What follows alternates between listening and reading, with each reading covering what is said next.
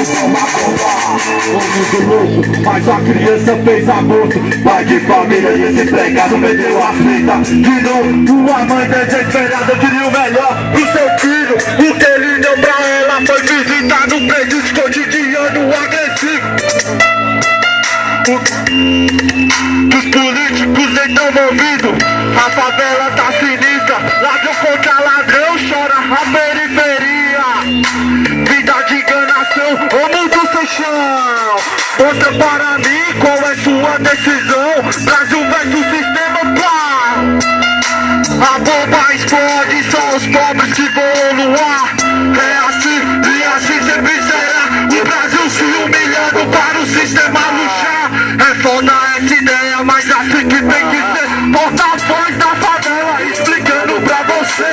Junto com o Mano Fraz o correto proceder. Brasil versus sistema, e aí vai entender. Ah, é nóis. Onde fica a verdade, engana a sociedade. Então, movimentação. Hora de revolucionar. Então, Brasil como acordar.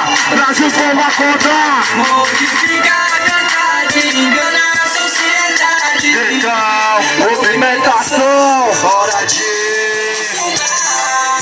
Brasil como acordar. Brasil como acordar.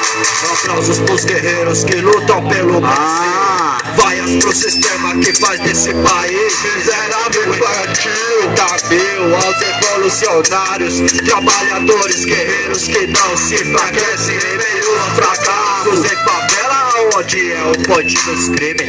Assim eles dizem, assim que nós vivemos. Mas eu vi na TV um gravata estrupou a própria filha, comeu a empregada.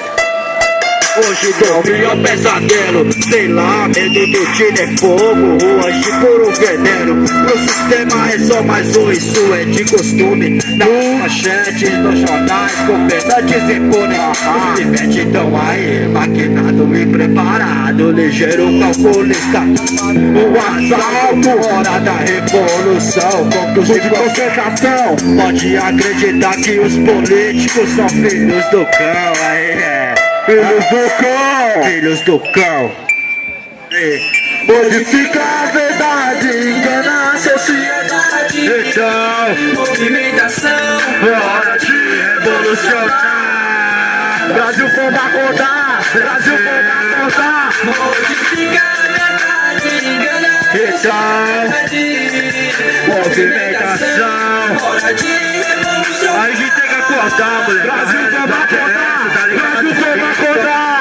Modifica a verdade, engana a Satisfação total aí, galera. Bota a mão na favela, Brasil vai se ter,